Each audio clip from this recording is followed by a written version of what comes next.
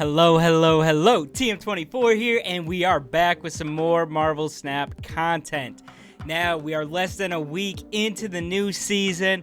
We hit Infinite on day 2. Yes, I know some of this footage is going to be old, but trust me, it will hold up because this deck holds up. Absorbing Man is super strong even after the nerf, and we have tons of targets with him. I'm going to show you some gameplay, then we'll talk about the deck, but for now, enjoy the gameplay. Alright, I've got some gameplay here for you, but let's talk about this list just a little bit.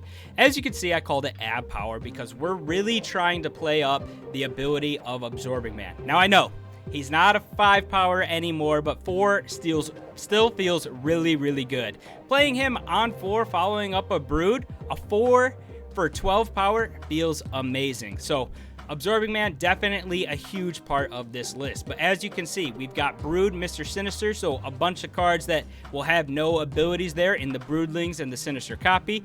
Additionally, if you copy Brood or Mr. Sinister with Absorbing Man, then you have that copy as well. We've got a lot of 3-drops, so you can hit them with Silver Surfer. We can answer big threats like Shang-Chi, and if you need to do it on 2 lanes, you have Absorbing Man, so you can. Sera gives you the discount to allow you to do that. Forge gives you some power up, but this deck just feels amazing.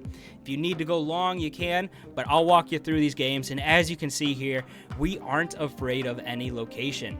We're going to play into Murder World and then storm it. We're already up 6-1 there. Of course, they're going to want to destroy that Deadpool, so we feel really good about that. So what can we do? We can go ahead and storm Bar with No Name as well, forcing our opponent to then try and play in that middle location, or they are going to already be down 2 lanes to none. The game will be over going into turn 5.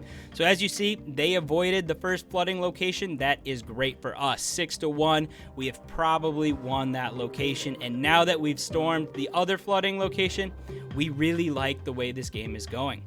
We can follow up the Absorbing Man with something like Brood. We also had Juggernaut as an option, but in this game specifically, we wanted to hold Juggernaut. And the reason we wanted to do that is because we should be ahead going into turn 6, and Juggernaut disrupting their turn 6 play is going to be a lot more valuable than just locking that location. Something like Arnim Zola could really do some damage to us, or any sort of destroy card coming down on Asgard, we would be in trouble.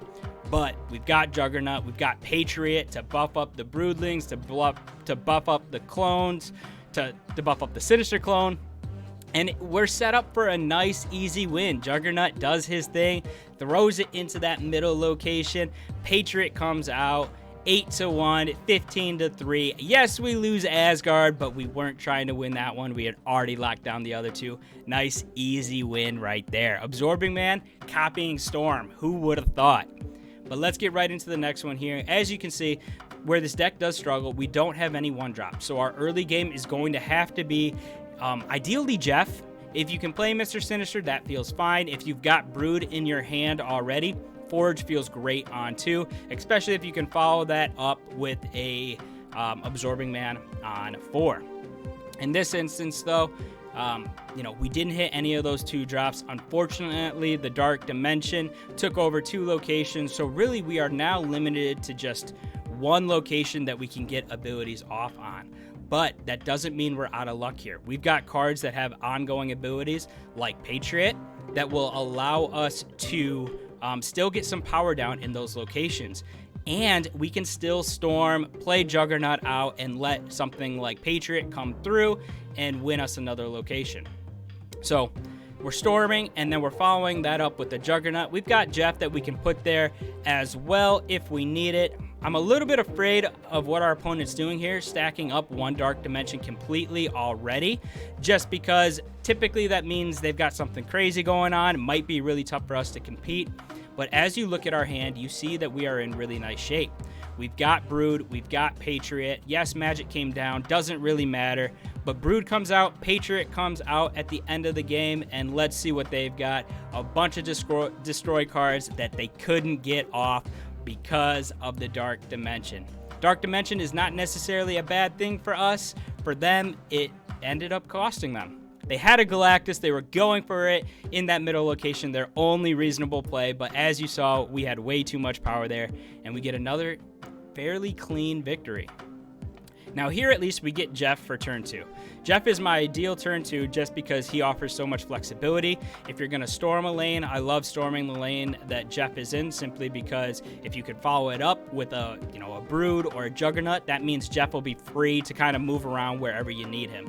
So I love going Jeff on 2. That is my ideal play. My ideal 3 is definitely Storm, as long as you can follow that up with Juggernaut or Brood. One of those two on that location just feels amazing.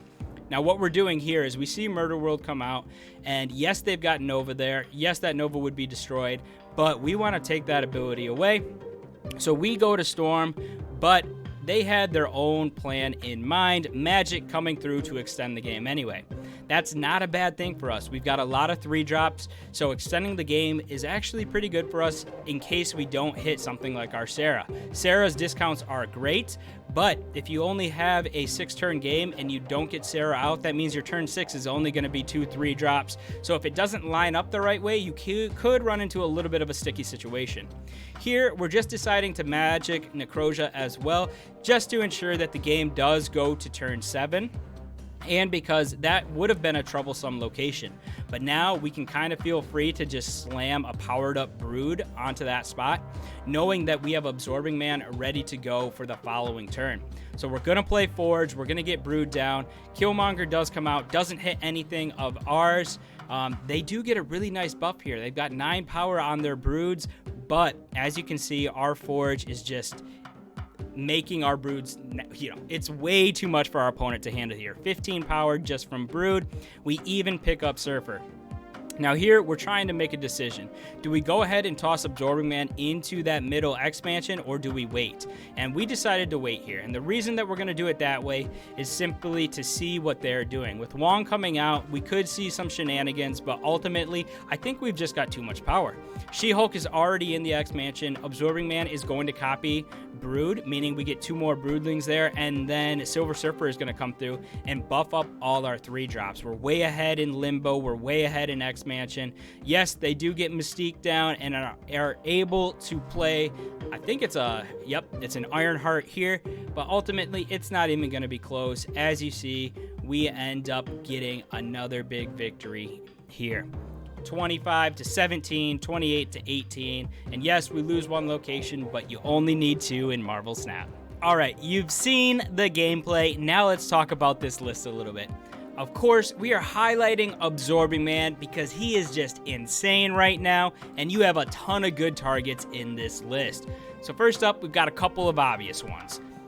We've got Brood. Putting a bunch of Broodlings down at 4 power, 3-drops feels really, really nice, especially because we have Surfer in this list as well. Surfer, though, is also a great target because we have plenty of other 3-drops. Juggernaut, Storm, Magik, Patriot. We have enough that it feels good to copy Surfer as well. Additionally, you could copy something like Mr. Sinister, maybe even Forge if you need to go tall, Shang-Chi if you need to delete some power, and even something like Storm if you want to try and end a game early, shutting down those locations. So, Absorbing Man feels great in this list. I think what really pulls it together is that it's got awesome synergy, right? We've got Broodlings that don't have that have no ability, so they're getting buffed by Patriot. Same thing with Mr. Sinister, and then of course if we're copying with Absorbing Man, there we go. We talked about the 3-drops. We've got Juggernaut, Brood, Magik, Surfer, Storm, and Patriot, so tons of targets for Surfer. We've got answers to tall threats in Shang-Chi and Absorbing Man, and those discounts from Sera feel great. Additionally, if we need to go a little bit longer, extend the game to make sure that we hit our power cards, we can with Magik. If we want to shut down a lane early, we've got Storm, and you could follow Storm up with a Brood or a Juggernaut, and all of a sudden, you've already won that location. So this deck just feels amazing right now. It took me to Infinite on day 2 of the season, so I'd love for you guys to give it a try and then let me know what you think of it. If you've hung around till now, I really do appreciate you watching the whole video. If you haven't subscribed or liked, now would be a great time to do so, and be on the lookout for more Marvel Snap content. Until the next one, have some fun.